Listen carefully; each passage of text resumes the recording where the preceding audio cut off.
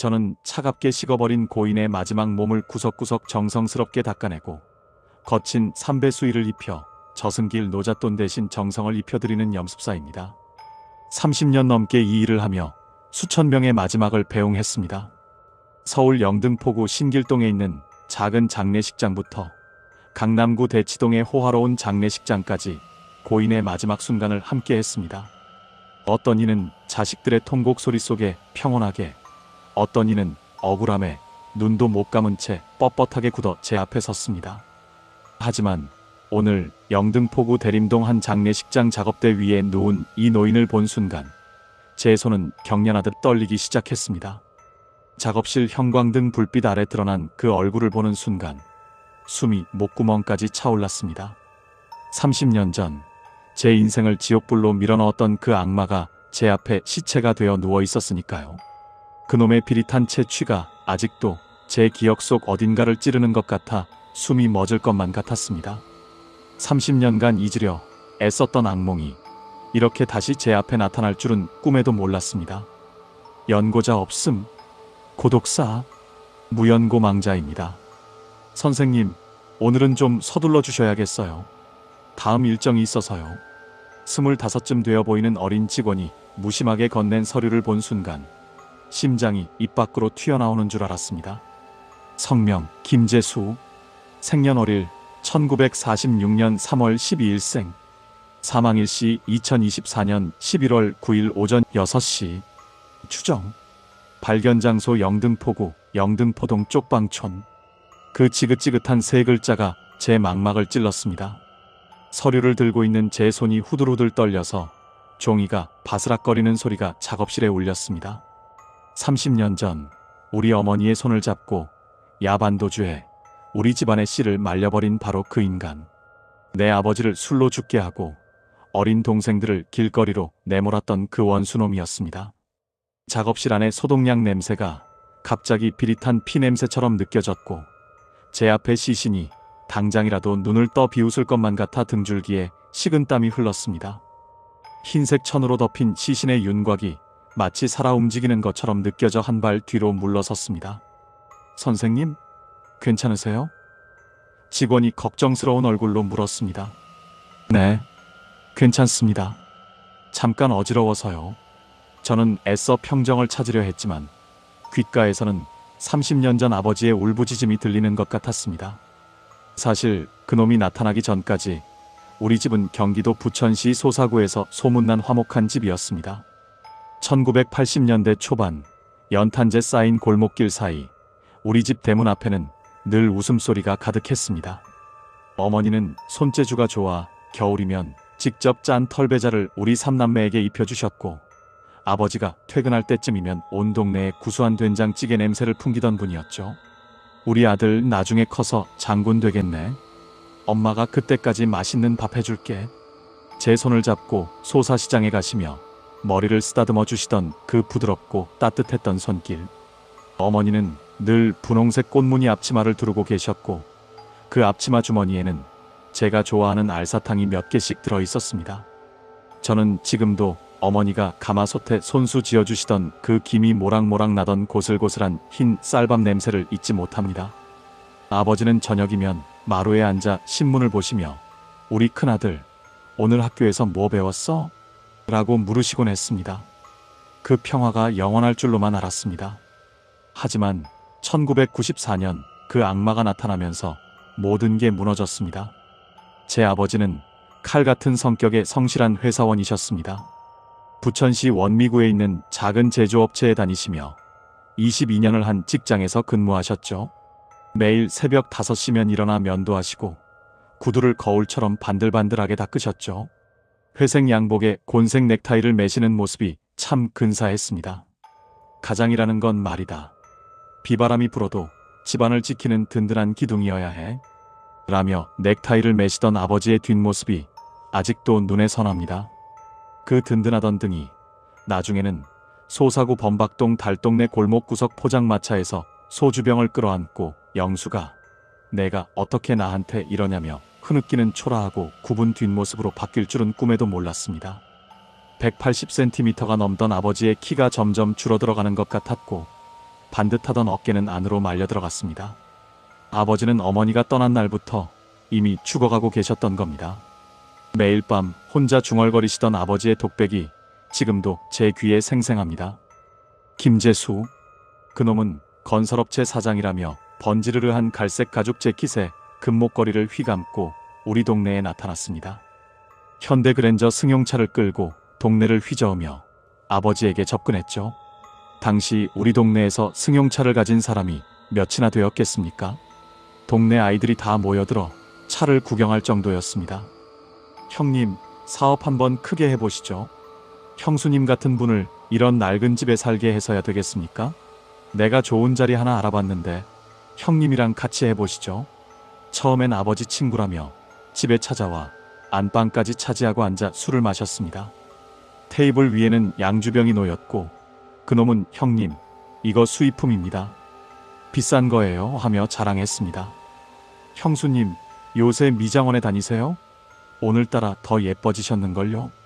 그놈의 능구렁이 같은 말 한마디에 어머니의 얼굴이 발그레하게 달아오르던 그날, 저는 어린 나이에도 가슴 한구석이 덜컥 내려앉는 불길한 예감을 느꼈습니다. 11살이었지만 뭔가 이상하다는 걸 알았습니다. 어머니가 그놈을 바라보는 눈빛이 아버지를 보는 눈빛과 달랐습니다. 그 후로 어머니가 눈에 띄게 달라지기 시작했습니다. 전에는 소박한 바지에 앞치마를 두르고 계시던 분이 어느 날부턴가 진한 화장을 하고 화려한 원피스를 입으셨습니다. 소사시장 한복집에서 산 붉은색 투피스, 검은색 하이힐, 그리고 금색 귀걸이까지. 머리도 부천 중동의 어느 미용실에서 세련되게 파마를 하셨고 집안에는 늘 낯설고 매혹적인 향수 냄새가 나더군요. 엄마, 오늘 왜 이렇게 꾸몄어요? 어디 가요? 라고 물으면 어머니는 그냥 친구 보러 가. 넌 공부나 해. 라며 제 눈을 피하셨습니다. 그 불안한 눈동자 속에 이미 우리 가족의 자리는 없었다는 것을 저는 너무 늦게 알았습니다. 어머니는 오후 2시쯤 외출하셔서 저녁 8시가 넘어서야 돌아오셨습니다. 돌아오실 때면 쇼핑백을 들고 계셨는데 그 안에는 우리가 한 번도 본 적 없는 비싼 옷들이 들어 있었습니다. 여보, 이 옷 어디서 났어? 아버지가 조심스럽게 물으시면 어머니는 친구가 선물했어. 신경 쓰지 말라고 대답하셨습니다. 그때 아버지의 얼굴이 굳어지는 걸 저는 봤습니다. 여보, 당신 요새 외출이 너무 잦아. 집에 늦게 들어오는 날도 많고. 애들은 어쩌고 이래? 저녁 식탁에서 아버지가 조심스럽게 물으셨던 날이었습니다. 식탁 위에는 김치찌개가 식어가고 있었고 우리 삼남매는 숨죽이며 부모님 눈치를 봤습니다. 어머니는 젓가락을 탁 내려놓으며 날카롭게 소리를 질렀습니다. 나도 사람답게 좀 살자. 이 구질구질한 동네에서 된장찌개 끓이며 늙어 죽으라는 거야? 내가 당신 식모야? 어머니의 독설에 아버지는 아무 말도 못하고 고개를 숙이셨습니다. 저는 밥숟가락을 든 채로 굳어버렸고 여동생은 무서워서 울기 시작했습니다. 남동생은 겨우 5살이었는데 무슨 일인지도 모르고 그저 공포에 질린 얼굴로 엄마를 쳐다봤습니다. 그날 밤 화장실에서 아버지가 물소리에 섞어 몰래 흐느끼시던 소리를 들으며 저는 문 앞에서 주먹만 꽉 쥐고 있었습니다. 영수가, 내가 뭘 잘못했어? 내가 뭘? 아버지의 목소리는 떨리고 있었습니다. 11살짜리 아이가 무너지는 가정을 위해 할 수 있는 건 아무것도 없었습니다. 저는 그날 밤 이불 속에서 울면서 하늘에 빌었습니다. 제발 우리 엄마 정신 차리게 해주세요. 통장이 없어졌어. 집문서까지. 어느 날 퇴근한 아버지가 하얗게 질린 얼굴로 집안을 뒤집어 엎으셨습니다. 장롱 서랍이란 서랍은 다 열어보시고 벽장 구석구석을 뒤지셨습니다. 급여 통장이랑 적금 통장, 퇴직금 담보대출 서류까지 몽땅 사라졌어. 당신 혹시 봤어? 아버지의 목소리는 공포와 절망으로 떨리고 있었습니다. 하지만 어머니는 태연하게 거실에서 TV를 보며 비웃듯 대답하셨죠. 당시 인기리에 방영되던 드라마를 보고 계셨는데 화면에서 눈도 떼지 않으셨습니다. 모르는데요? 당신이 어디 잘못 둔 거 아니에요?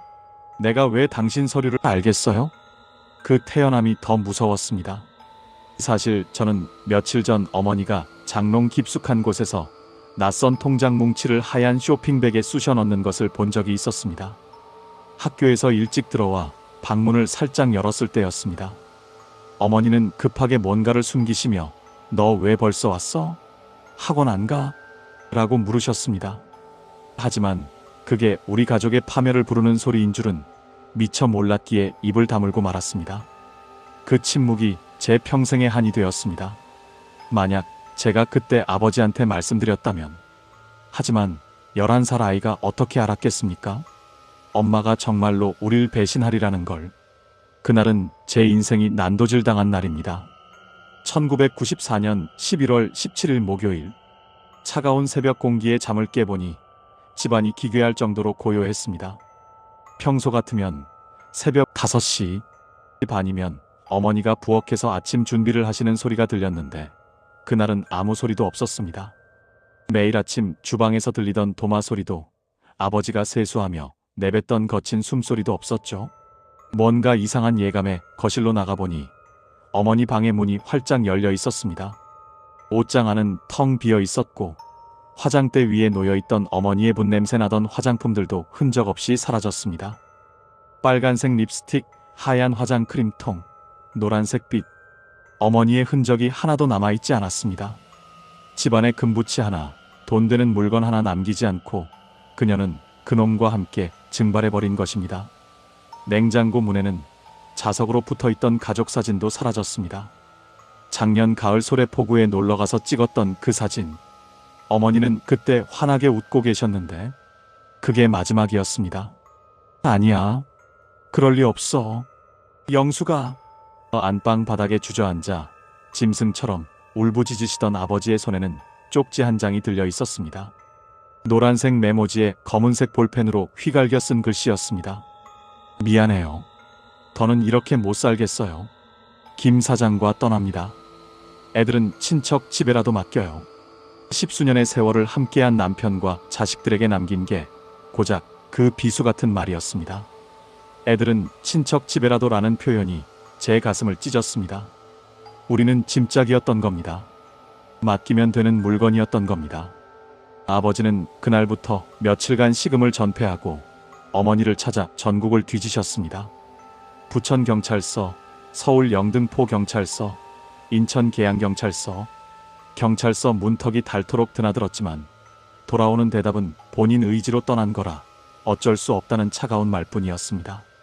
성인이 자발적으로 가출한 건 범죄가 아닙니다. 라는 경찰의 말에 아버지는 그 자리에서 무릎을 꿇으셨습니다.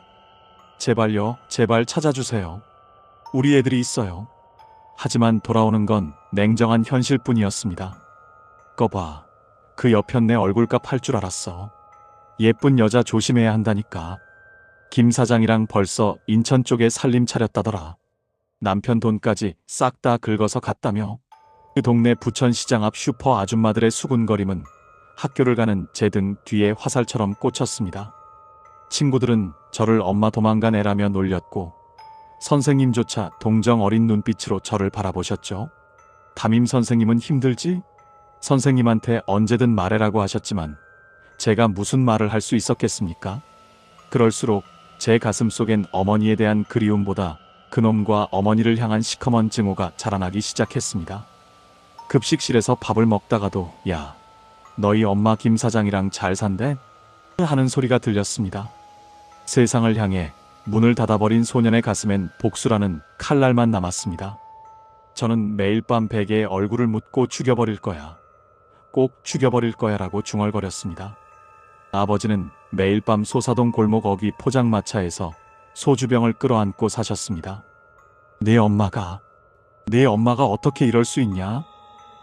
하얗게 센 머리카락을 쥐어뜯으며 울부짖으시던 아버지. 겨우 40대 중반이셨는데 머리카락의 절반이 하얗게 새어버렸습니다. 12살이던 제가 울면서 소주병을 뺏으려 하면 아버지는 술 기운에 저를 거칠게 밀치고 다시 벽나발을 부셨습니다. 제가 벽에 부딪혀 넘어졌지만 아버지는 정신이 없으셨습니다. 아빠, 제발 그만해. 우리 생각도 해야지. 라고 소리쳐도 아버지는 비켜. 너도 네 엄마랑 똑같은 피가 흐르잖아.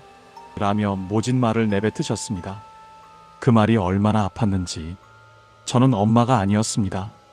저는 엄마를 닮고 싶지 않았습니다. 그렇게 우리 집은 매일 밤 소주 냄새와 통곡 소리로 가득한 지옥이 되어갔습니다. 동생들은 무서워서 이불 속에서 떨고 있었고, 저는 그런 동생들을 껴안으며 괜찮아, 아빠가 곧 나아지실 거야 라고 거짓말을 했습니다. 6개월 후 아버지는 결국 직장에서 쓰러지셨고 다시는 일어나지 못하셨습니다. 부천의 한 종합병원 응급실로 실려가신 아버지를 보러 갔을 때 의사 선생님이 저를 복도로 불러내셨습니다. 간경화 말기입니다. 이미 복수가 찼고 황달이 심해서 손을 쓸 수가 없네요. 보호자가 학생밖에 없어요? 의사의 무미건조한 목소리가 제 사형 선고처럼 들렸습니다. 네, 저희 3남매밖에 없어요. 가족 어른은요? 친척들이 다 바빠서요. 사실 친척들은 저희를 떠맡고 싶어 하지 않았습니다. 병원 침대에 누워 누런 눈으로 천장만 바라보던 아버지는 마지막 순간까지도 그놈과 어머니의 이름을 부르며 일을 가셨습니다. 영수가, 김재수, 이 개새끼들아. 옆 병실에서 웃으며 과일을 까먹는 행복한 가족들의 소리가 들려올 때마다 저는 병원 복도 구석에서 벽을 손톱으로 긁으며 울었습니다.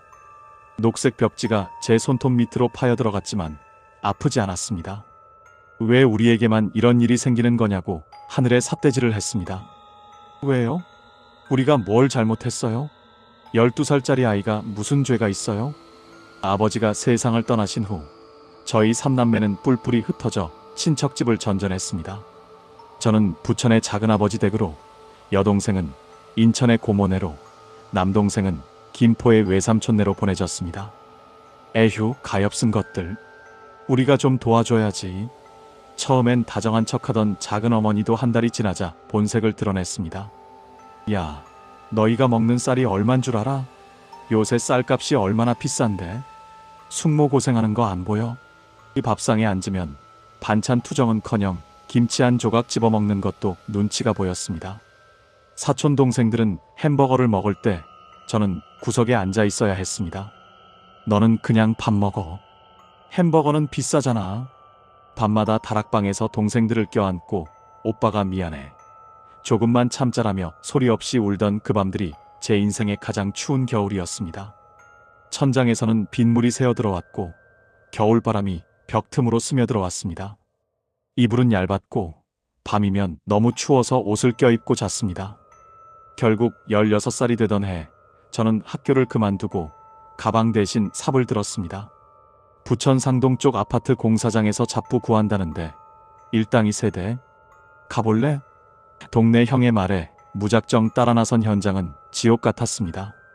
새벽 5시에 칼바람을 맞으며 시멘트 가루를 뒤집어 쓰고 벽돌을 날랐습니다. 한 장에 3kg 나가는 벽돌을 하루에 몇백 장씩 나르면 어깨가 부서지는 것 같았습니다. 아저씨들은 어린 놈이 벌써부터 팔자가 사납네.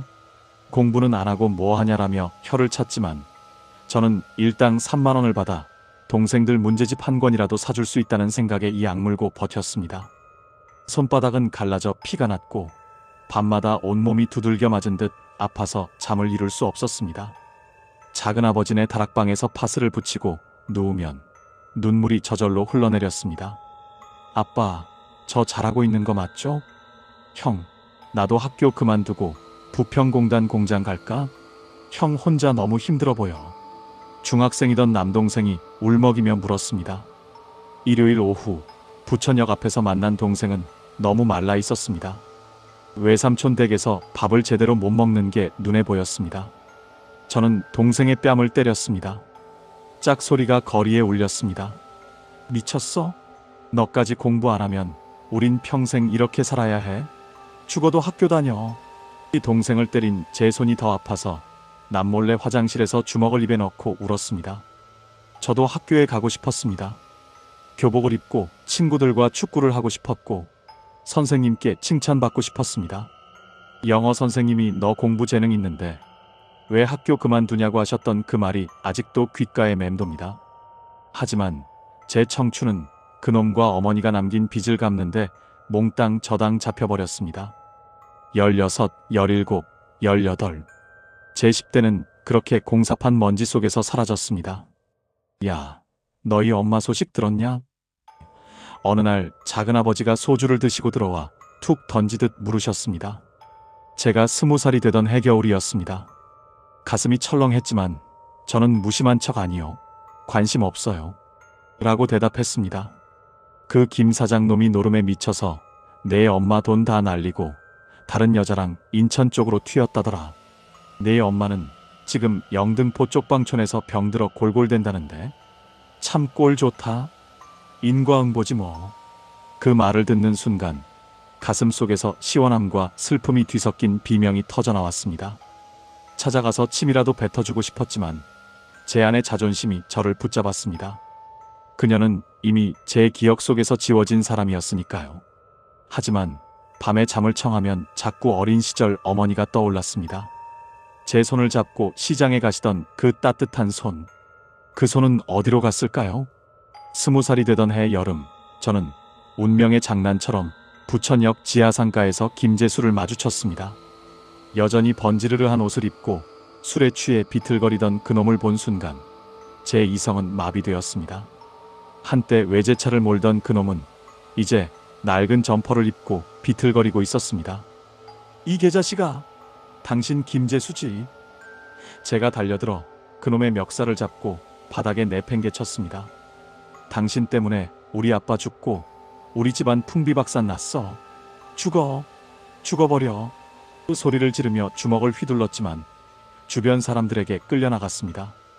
젊은 사람이 왜 이래? 경찰 불러.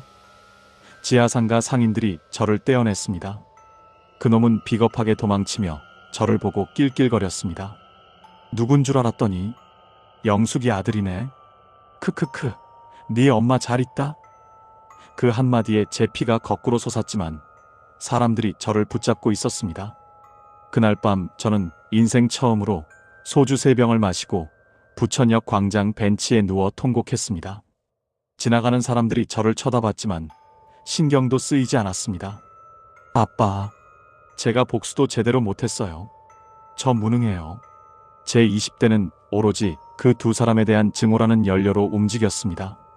낮에는 공사장에서 일하고 밤에는 술을 마시고 새벽에는 복수를 꿈꾸며 잠들었습니다.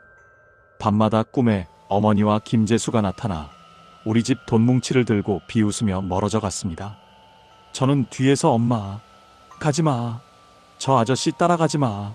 라고 소리치며 쫓아갔지만 제 발은 늪에 빠진 듯 움직이지 않았죠. 잠에서 깨면 베개는 늘 눈물과 땀으로 젖어 있었습니다. 남들이 연애하고 꿈을 꿀 때 저는 가슴속에 복수의 칼날만 갈며 영혼을 시커멓게 태웠습니다.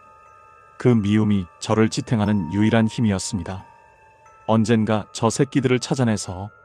하지만 세월이 흐를수록 그놈들의 소식은 끊겼고 저의 증오만 깊어졌습니다. 29살이 되던 해봄, 낯선 번호로 한 통의 전화를 받았습니다. 김영숙 씨 아드님 되십니까? 여기 영등포 경찰서입니다.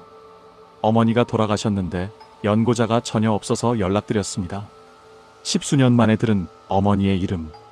영등포구 신길동의 한 장례식장에 갔을 때 관 속의 어머니는 제가 알던 그 화려했던 여자가 아니었습니다. 너무 말라 뼈만 남은 얼굴, 거칠어진 손마디. 한때 동네에서 가장 예쁘다던 그 얼굴은 어디에도 없었습니다. 경찰이 말했습니다. 쪽방에서 홀로 굶주리다 사망한 것으로 추정됩니다. 이웃이 냄새를 맡고 신고했어요. 어머니를 보며 저는 슬픔보다 허무함을 느꼈습니다. 이게 당신이 원하던 삶이었나요, 엄마? 형, 왜 곡도 안 해? 그래도 엄마잖아. 막내 동생이 제 옷소매를 잡으며 울었습니다. 동생은 어머니 얼굴도 제대로 기억 못하면서 울고 있었습니다. 엄마, 우릴 버리고 그놈이랑 도망가서 아빠를 죽게 한 여자가 엄마야? 난 눈물 한 방울도 아까워. 저는 조문객 하나 없는 빈소를 지키며 차갑게 굴었습니다. 어머니를 화장터로 보낼 때까지 제 눈은 메말라 있었습니다. 하지만 서울시립승화원 화장로 불길이 치솟는 순간 가슴속 깊은 곳에서 뭔가가 쩍하고 갈라지는 소리가 들렸습니다. 미워하고 또 미워했지만 결국 저도 그녀의 뱃속에서 나온 자식이었다는 사실이 저를 괴롭혔습니다. 엄마, 왜 그러셨어요? 우리가 그렇게 싫으셨어요? 하늘을 향해 물었지만 대답은 없었습니다. 32살 남들은 대리를 달고 결혼할 나이에 저는 염습사 자격증 과정을 시작했습니다. 서울 마포구에 있는 직업훈련원에서 6개월 과정을 수료했습니다. 오빠, 왜 하필 시체 닦는 일을 하려고 그래? 무섭지도 않아? 동생들이 말렸지만 제 결심은 확고했습니다. 엄마를 보내드릴 때 내가 아무것도 안 해줬잖아. 몸을 닦아주지도 수의를 입혀주지도 못했어. 그게 자꾸 꿈에 나와. 엄마가 나한테 왜 날 제대로 보내주지 않았냐고 물어. 어머니를 향한 미움이 죄책감으로 변해 저를 괴롭혔고, 저는 남들의 마지막이라도 정성껏 보살피며 그 빚을 갚고 싶었습니다. 그것이 제 지옥 같은 인생에서 찾은 유일한 속죄의 길이었습니다. 처음 시신을 닦을 때는 손이 떨렸습니다. 하지만 점점 익숙해졌고 어느새 이 일이 제 천직처럼 느껴졌습니다. 30년 가까운 세월 동안 염습사로 살며 수천 명의 고인을 보냈습니다. 서울 송파구, 강남구, 강서구, 영등포구, 서울 전역의 장례식장을 다니며 일했습니다. 어떤 분은 자식들의 효도 속에 향기로운 꽃길로 가셨고, 어떤 분은 고시원에서 발견되어 악취 속에 비참하게 오셨습니다. 매번 시신을 닦으며 저는 고인의 얼굴에 제 부모님의 얼굴을 겹쳐보았습니다. 이분은 생전에 누구를 사랑했을까? 마지막 순간에 후회는 없었을까?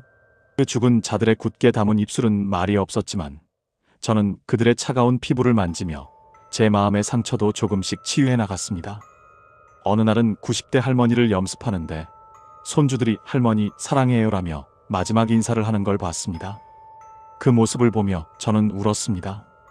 우리 가족도 저렇게 될 수 있었는데. 선생님, 오늘 무연고 노인 한 분 들어오셨는데 상태가 좀 안 좋습니다. 2024년 11월 어느 추운 날 영등포구 대림동 장례식장 직원이 건넨 서류를 받아든 순간 제 손이 경련하듯 떨리며 서류가 바닥으로 떨어졌습니다. 김재수, 남, 78세, 영등포 쪽방촌 고독사, 발견일 2024년 11월 9일, 사망 추정일 11월 7일, 30년을 하루같이 저주하며 잊지 않았던 그 이름, 제 인생을 송두리째 앗아갔던 그 원수놈이었습니다. 30년 만에 다시 만난 놈은 이제 도망칠 수도 비웃을 수도 없는 차가운 시체가 되어 제 작업대 위에 누워 있었습니다. 하늘이 이 자를 제 앞에 데려다 놓은 이유가 무엇일까요? 선생님, 안 하셔도 돼요. 다른 분한테. 아니요. 제가 하겠습니다. 제 목소리는 떨리고 있었습니다. 작업실 문을 잠그고 놈과 단둘이 남았습니다. 하얀 천으로 덮인 시신의 윤곽을 보며 저는 한참을 서 있었습니다. 심장이 터질 것 같았고 손에서는 식은땀이 흘렀습니다. 천을 걷어내는 제 손이 미친 듯이 떨렸습니다. 천 아래로 드러난 얼굴, 한때 번지르르 하던 얼굴은 깊게 팬 주름과 검버섯으로 가득했고 당당하던 몸은 뼈만 앙상하게 남은 채 욕창이 가득했습니다. 영양실조로 보였습니다. 갈비뼈가 다 드러나 보였고 피부는 누렇게 변해 있었습니다. 김재수, 결국 이렇게 내 손에 들어왔구나. 내 놈이 죽을 때 우리 아빠 생각을 한 번이라도 했을까? 우리 가족이 어떻게 됐는지 생각이나 해봤어? 제 목소리가 차가운 공기 속에서 공허하게 울렸습니다. 작업실의 형광등만 윙윙거리며 대답할 뿐이었습니다. 한참을 그 증오스러운 얼굴을 내려다보았습니다. 이 눈빛으로 우리 어머니를 유혹했고 이 입으로 우리 아버지에게 달콤한 거짓말을 속삭였으며 이 손으로 우리 집안의 전 재산을 가로챘을 것입니다. 주먹을 불끈 쥐자 손톱이 손바닥을 파고들어 피가 날 것 같았습니다. 당장이라도 놈의 멱살을 잡고 흔들며 일어나 이게 자식아 라고 소리치고 싶었습니다. 하지만 이미 죽어 뻣뻣하게 굳은 고기덩어리에게 화를 낸들 무슨 소용이 있겠습니까? 놈의 비참한 몰골을 보니 분노 너머로 형용할 수 없는 허무함이 밀려왔습니다. 이 사람도 결국 외롭게 쪽방에서 죽어간 불쌍한 노인일 뿐이었습니다.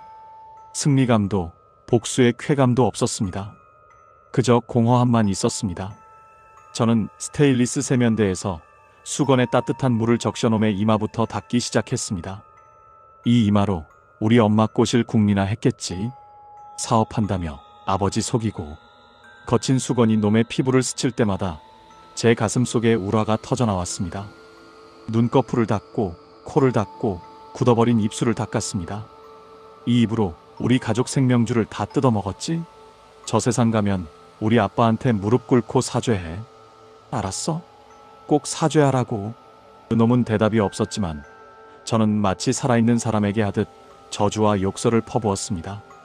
그것은 30년 동안 삭혀온 제 피눈물의 절규였습니다. 당신이 우리 엄마만 데려간 게 아니야. 우리 가족 전부를 죽인 거라고. 목소리가 점점 커졌고 작업실 안에 메아리 쳤습니다. 목을 닦고 앙상한 가슴을 지나 팔을 닦았습니다. 시신은 이미 시강직이 와서 관절이 뻣뻣하게 굳어 있었습니다. 옷을 입히려면 팔다리를 조심스럽게 마사지하며 풀어줘야 했죠. 염습사로서 수천 번 해온 작업이지만 오늘은 손이 떨렸습니다. 이 손으로 우리 집안 통장을 챙겨서 도망갔지? 이 손이 우리 엄마 손을 잡고 우릴 버렸지? 이 손으로 아버지 퇴직금까지 가져갔지? 놈의 손가락 마디마디를 닦으며 저는 30년 전 그날의 상처를 하나하나 어루만지는 기분이 들었습니다. 놈의 피부는 얼음처럼 차가웠지만 제 가슴은 분노로 뜨겁게 타오르고 있었습니다. 팔목에 오래된 흉터가 있었습니다. 자살을 시도했던 흔적일까요? 아니면 사고였을까요? 이 사람도 나름의 고통이 있었을까요? 문득 더러운 수건을 놈의 얼굴에 내팽개치고 싶은 충동이 들었습니다. 내가 왜 이 인간을 정성스럽게 배웅해야 하지? 그냥 대충 물이나 뿌려서 치워버려도 아무도 모를 텐데. 이놈은 그럴 자격도 없는 놈이야. 저는 작업실 구석으로 가서 벽을 치며 숨을 몰아쉬었습니다. 주먹이 벽에 부딪혀 피가 났지만 아프지 않았습니다. 하지만 그때 평소 제가 강조하던 죽은 자는 누구나 평등하게 마지막 존중을 받아야 한다는 제 신념이 저를 비웃었습니다. 제가 30년간 수천 명을 정성껏 보내드린 이유가 뭐였습니까? 제 어머니를 제대로 보내드리지 못한 죄책감 때문이었습니다. 그런데 이제 와서 원수라고 대충 보낸다면 제 30년이 무슨 의미가 있겠습니까? 원수를 배웅하는 것 또한 염습사의 숙명인 것일까요? 저는 다시 떨리는 손으로 수건을 들었습니다. 다리를 닦다가 놈의 오른쪽 허벅지에서 끔찍한 화상 흉터를 발견했습니다. 아주 오래된 살점이 뭉쳐버린 흉터였습니다. 20cm는 좋게 되어 보였습니다. 그놈도 누군가에게 쫓기거나 사고를 당하며 고통스럽게 살았던 흔적일까요? 아니면 천벌을 받았던 것일까요? 너도 참 구차하게 살았구나 라고 중얼거렸지만 그렇다고 해서 우리 가족에게 저지른 죄가 씻기는 것은 아니었습니다. 저는 더욱 세게 수건을 문질렀습니다. 놈의 죄악을 다 닦아내기라도 하려는 듯이 말입니다. 발톱은 너무 길게 자라 있었고 발 뒤꿈치는 갈라져 있었습니다. 쪽방에서 혼자 죽어가던 노인의 마지막 모습이었습니다. 이 사람도 한때는 누군가의 아들이었고 젊은 시절이 있었을 텐데 왜 이렇게 됐을까요? 이제 무연고 사망자에게 지급되는 거친 삼배 수의를 입힐 차례였습니다. 서울시에서 제공하는 가장 기본적인 수의였습니다. 굳어버린 놈의 팔을 들어 소매를 끼우는데 생각보다 몸이 너무 무거웠습니다. 죄의 무게가 몸에 남은 것일까요? 어이 김 사장, 팔 좀 굽혀봐. 마지막 가는 길인데 옷은 제대로 입어야지. 저도 모르게 놈의 이름을 불렀습니다. 한때는 세상을 다 가진 듯 거들먹거리며 외제차를 몰던 놈이 이제는 제 손길 하나에 이리저리 흔들리는 무력한 껍데기에 불과하다는 사실이 참으로 허무했습니다. 수의를 입히며 저는 놈의 일생을 상상해봤습니다. 어떻게 살았을까요? 우리 엄마와 헤어진 후 어떻게 지냈을까요? 후회는 했을까요? 하지만 이제 대답을 들을 수 없습니다. 상의를 정성껏 입히고 옷깃을 여몄습니다. 허리끈을 질질 끄는 대신 단단히 묶었습니다. 다리를 들어 하의를 입히고 데님을 꽉 묶었습니다. 발버선을 신기고 행전을 감을 때마다 제 머릿속에 있던 30년 전의 끔찍한 장면들이 하나씩 덮여가는 기분이 들었습니다. 놈의 몸이 수위에 가려질수록 제가 가졌던 복수심도 조금씩 힘을 잃어갔습니다. 죽음 앞에서는 복수조차도 얼마나 부질없는 일인지를 놈의 차가운 발을 만지며 깨달았습니다. 30년을 기다렸던 복수의 기회. 하지만 정작 그 순간이 왔을 때 제 가슴엔 분노보다 허무함이 더 컸습니다. 제가 원했던 건 이게 아니었는데, 저는 놈이 무릎 꿇고 사죄하는 모습을 보고 싶었는데, 하지만 죽은 자는 말이 없었습니다. 마지막으로 놈의 희끗희끗한 머리카락을 빗겼습니다. 젊었을 적엔 포마드를 발라 기름지게 넘기며 잘난 척했겠지요. 이제는 몇 가닥 남지 않은 성긴 머리카락을 빗겨 넘기고 복권을 씌웠습니다. 놈의 얼굴이 가려지는 순간 30년을 괴롭히던 그 악마의 눈빛이 세상에서 영원히 차단된 것 같았습니다. 이제 됐어. 이제 끝났어. 제 입에서 흘러나온 그 한마디는 놈에게 하는 말이자 제 자신에게 주는 면죄부였습니다. 복권을 씌우며 저는 마지막으로 놈의 얼굴을 봤습니다.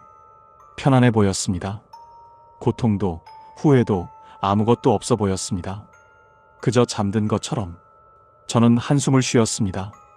당신은 편하겠지만 남겨진 사람들은 평생 그 고통을 안고 사는 거야. 자, 이제 관으로 모십니다. 저는 심호흡을 하고 혼자서 시신을 들어 관 안에 안치했습니다. 번쩍 들어 올리는데 아까보다 훨씬 가볍게 느껴졌습니다. 한 집안을 무너뜨리고 수십 년간 제 삶을 짓눌렀던 그 거대한 악의 무게가 고작 이 정도밖에 안 됐단 말인가 싶어 허탈함에 실소가 터져나왔습니다. 관 안에 고이 누인 놈을 내려다보니 결국 인간은 누구나 작은 나무 괴짝 하나에 담겨 떠나는 똑같은 존재일 뿐이었습니다. 김재수도 제 아버지도 제 어머니도 저도 결국 다 똑같습니다. 무연고자라 싸구려 합판관이었습니다. 페인트 칠도 제대로 안 된 거친 나무판. 이 안에서 영원히 잠드는 겁니다. 외제차를 몰고 동네를 휘젓던 그 잘난 김 사장이 이 초라한 관 속에 관 뚜껑을 닫기 전 저는 마지막으로 놈의 얼굴을 덮은 복권을 빤히 바라보았습니다.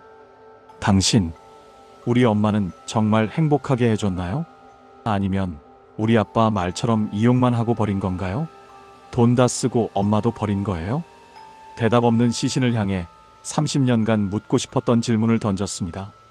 정적이 흐르는 작업실 안에는 제 거친 숨소리만 가득했습니다. 아버지가 죽어가는 순간까지 당신을 원망했던 거 아세요? 김재수 그 개새끼, 영수가 하시면서 돌아가셨어요. 당신은 그 죗값을 어떻게 다 치를 작정입니까?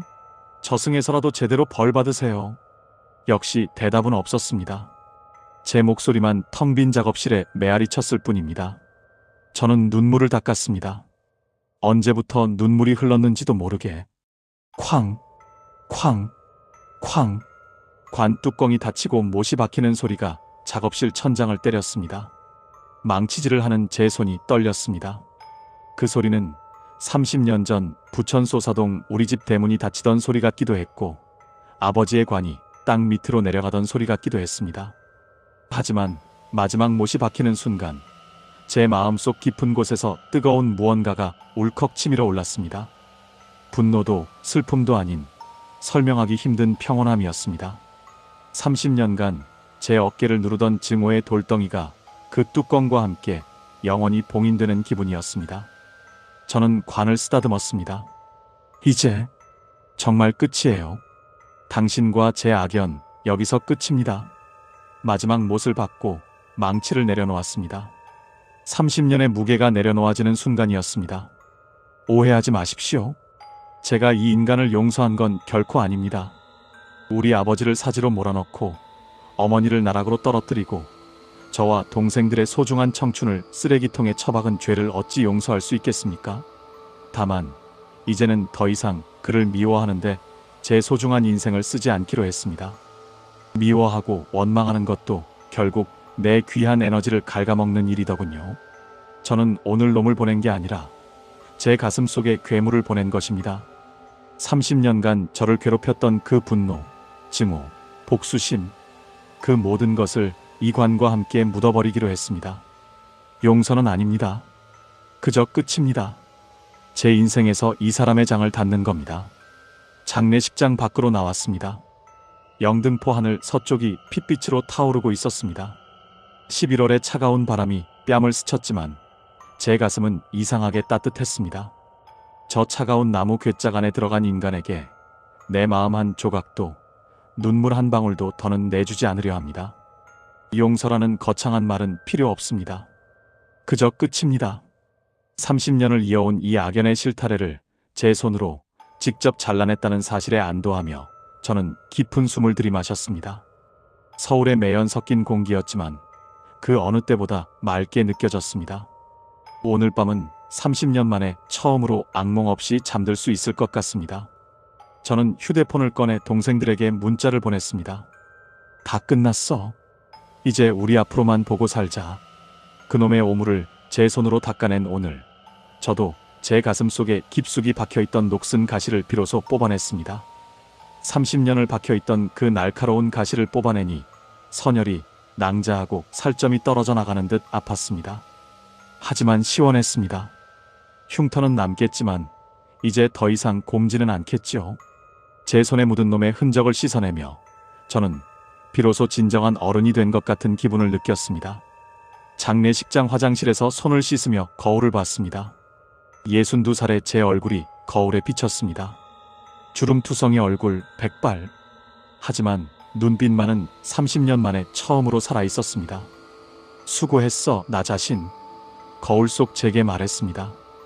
여러분, 혹시 누군가 때문에 잠 못 이루는 밤을 보내고 계신가요? 그 사람 때문에 밤마다 이를 갈고 복수를 꿈꾸며 인생을 낭비하고 계시지는 않나요? 그 사람을 위해서가 아니라 바로 여러분 자신의 평안을 위해 그 무거운 증오를 이제는 내려놓으시길 바랍니다. 용서하라는 게 아닙니다. 그냥 그와의 인연을 마음속에서 끝내시라는 겁니다. 인생, 생각보다 참 짧습니다. 우리에게 주어진 이 귀한 시간을 미움과 원망에 쓰기엔 우리 자신에게 너무 미안하지 않습니까? 오늘 하루도 고생 많으셨습니다. 부디 평온한 밤 되십시오. 오늘 이야기가 여러분의 가슴 속 맺힌 응어리를 조금이나마 풀어주었다면 좋겠습니다. 혹시 여러분도 내려놓지 못한 무거운 마음이 있다면 그 짐을 언제까지 지고 가시렵니까? 댓글로 여러분의 생각을 들려주세요. 제가 함께 들어드리겠습니다.